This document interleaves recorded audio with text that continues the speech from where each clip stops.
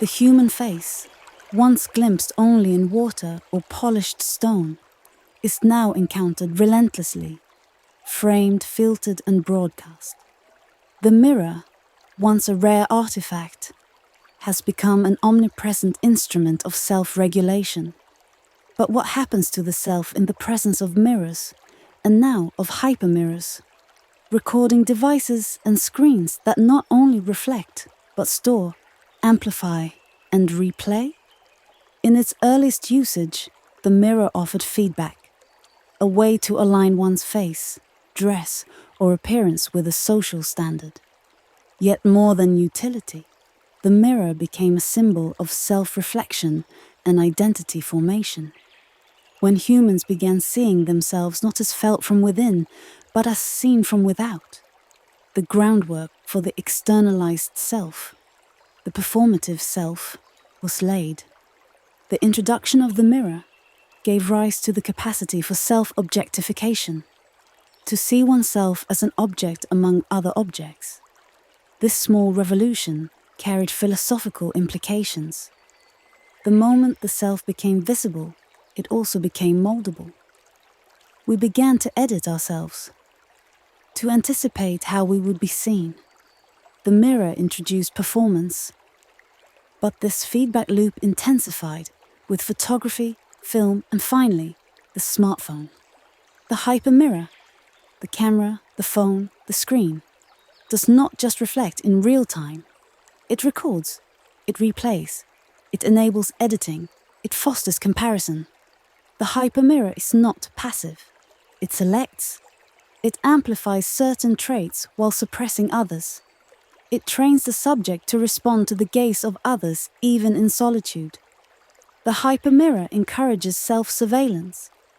As users scroll their own feeds, review their own stories, and compare themselves to others, a recursive loop forms.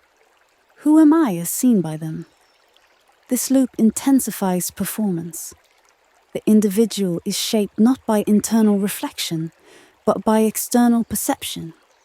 The image becomes primary, the substance secondary. In this environment, life becomes presentation. To live is to be seen, and to be seen is to perform. The self becomes fragmented, optimized for the lens, curated for virality, posed for likes. What was once the unconscious body now becomes a curated posture, a filtered expression, a performance for an imagined audience. Even private moments are rendered as content in waiting. The line between genuine experience and anticipated performance collapses. The hypermirror promotes the highlight, not the process. What is shared are peaks, the pose, the climax, the revelation. What is obscured is the labor, the silence, the becoming. This fragmentation fosters illusion that others are always at their best, that life is a series of crescendos without valleys.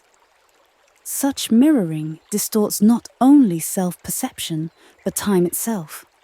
The recorded moment becomes eternal. It can be replayed endlessly, even if the subject has moved on. The past lives on, not in memory, but in endless visual repetition. The moment becomes severed from context, stripped of feeling, repackaged for viewing. To live without mirrors is not regression, but recalibration. The philosopher in solitude seeks not absence, but recalibration. Life without performance. The solitary state offers a different feedback loop, one not governed by algorithmic attention, but by inner resonance. Solitude dissolves the performative gaze. Without mirrors, the need for self-presentation fades. The gesture becomes unobserved, and thus, potentially, sincere. In this mirrorless state, a different self emerges, not one seen, but one felt. What do we seek in mirrors? Affirmation, guidance, correction. The mirror becomes the source of mythology, of comparison, of aspiration. But it is also the origin of deception. For the image is always partial. It cannot speak the depth of being. To live in the hyper-mirrored age is to risk becoming more image than person, more surface than soul. And yet, this is also the site of awareness. For those who perceive the image as image, who see the gesture as symbolic, who recognize the performative structure of society, there is an opportunity to subvert, to resist, to reorient. One must ask, what is the self unmirrored? What is life unrecorded? What is gesture unobserved? To understand the architecture of the self in the modern world, one must understand mirrors. Not only what they show, but what they hide.